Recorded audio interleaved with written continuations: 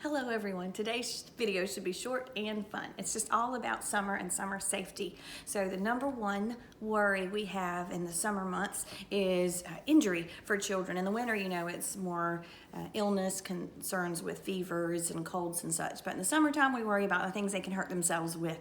So number one concern is water and water safety. There is a very yucky statistic I'll share with you. In the United States, the number one cause of death in children ages 1 to 4 is drowning. So I cannot emphasize enough how critical it is that you have one person designated for your toddler at all times if you're anywhere near a body of water, the ocean, a lake, a pond, a swimming pool. You cannot assume anything except that they'll get themselves into trouble if you're not watching every second.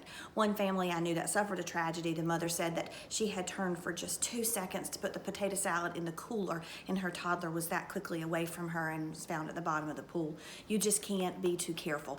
I've had mothers before say, I'm sorry, I'm paranoid about that. And I say, don't be sorry, you should be paranoid about that. This is our primary concern, is drowning in the summer months. I do have a little bit of good news. So many moms are super concerned about this concept of a dry drowning. Well, let me just tell you, that's kind of fake news. The kind of drowning we're worried about is the real kind, not the possible, not actually a thing afterwards kind. We're talking about when the babies actually die in the pool, in the water. You do not have to go see your pediatrician if your baby swallows bath water.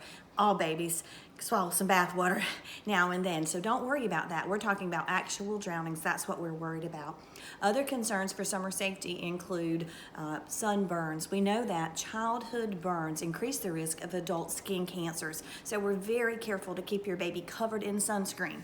Now, here's the rub. We also want your child to get some natural sunshine to make vitamin D. So the way I do this with my own children is if it's in the morning or late in the afternoons, you may not need sunscreen if you're out for just a few minutes. But anytime you're at the beach or in your swimsuit and you're out exposed a lot to sun, especially in the middle of the day, you have to use sunscreen and continue to reapply at least every 2 hours, no matter what the bottle says.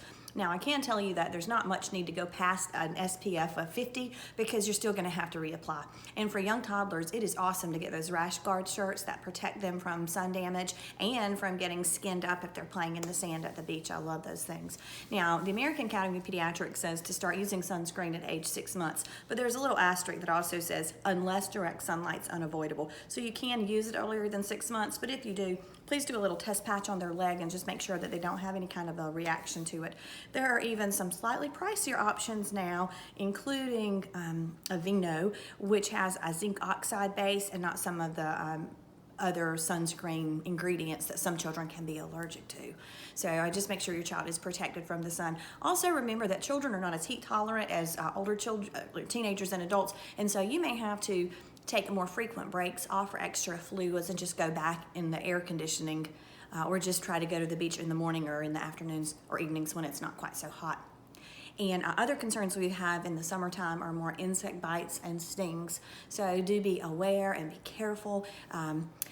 Here in North Carolina, we worry a lot about tick bites because they're so very common and because our ticks, especially dog ticks, can carry Rocky Mountain spotted fever. So we really encourage all parents and the older children to do it themselves at nighttime when you take your bath or shower, check for ticks. The reason we're paranoid about checking every single night is if that tick is attached for less than 24 hours, there's almost no chance that there will be any disease transmission. Now, let me tell you another thing. If you do find the tick, you do not have to take your child into the pediatrician to get us to remove the tick. You can do this at home, and we would recommend you just get a plain pair of tweezers, grasp the tick's body as close to the attachment side as possible, and with a gentle but firm twist, just pull it off.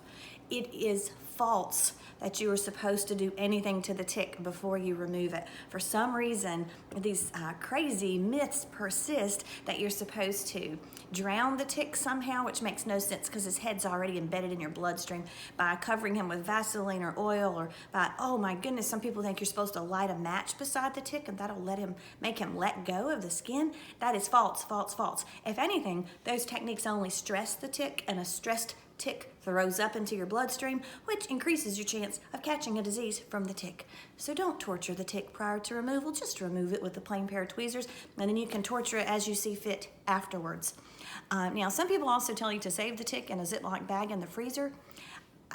Personally, I am happy if you could just describe it to me in any way. Basically, my only question is, was it a tiny one or was it a big one? Because the tiny one could potentially have Lyme's disease and the big one could potentially be a dog tick that could carry Rocky Mountain spotted fever. Beyond that, I really don't think it's important to keep ticks in Ziploc bags in the freezer, but that is my personal opinion. And as you know, always on these videos, this is not necessarily the opinion of my practice or anyone else. I'm just sharing with you some life tips here. Other things that are concerning in the summer are just injuries, all sorts of injuries. So if your child's doing anything on wheels outdoors, we would recommend that they wear a helmet, including rollerblades, roller skates, skateboard, scooter, or if your child's riding a horseback, would recommend that they wear a helmet. These are just a few quick tips for you this summer. I hope you have a very safe summer and that these have been helpful. Thanks.